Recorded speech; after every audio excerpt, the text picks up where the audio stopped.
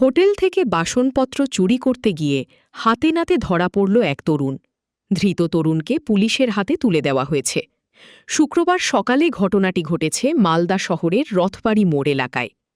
স্থানীয় সূত্রে জানা গিয়েছে, শুক্রবার ভোরে হোটেল খুলতে এসে দোকানের মালিক দেখেন সমস্ত বাসনপত্র বাইরে রাখা।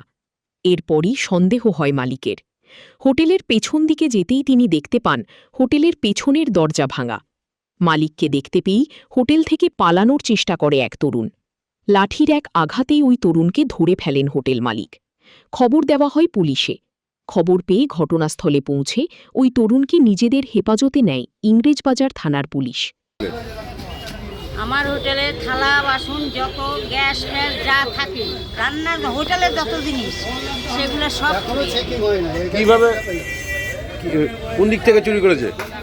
বেরিয়ে মানে চোর ঢুকে ওই দরজা ভাঙিয়া ঢুকে সব চুরি মানে এই প্রথম এরকম ঘটনা ঘটলো না, এর আগে একবার ঢুকেছিল কিন্তু টাকা চুরি হয়েছিল, থালা বাসন চুরি হয়নি। হ্যাঁ, 15,000 টাকার মতো রাখা ছিল, সেটা চুরি হয়ে গেছিল, কিন্তু থালা বাসন চুরি হয়নি। হ্যাঁ, পুলিশ এসে চোর ধরে নিয়ে গেল। তো চোর ধরেছে? হ্যাঁ, চোর কি ওর আমার মেশোয় আসে ভোর 5টায়, আসে দেখো ও সব জিনিস পার করা হয়ে গেছে, কোথায় কোথায় লুকায় রাখিছে। ওই আইসে দেখছে লোকটাকে, ওকে মার্ডার করতে গেছে।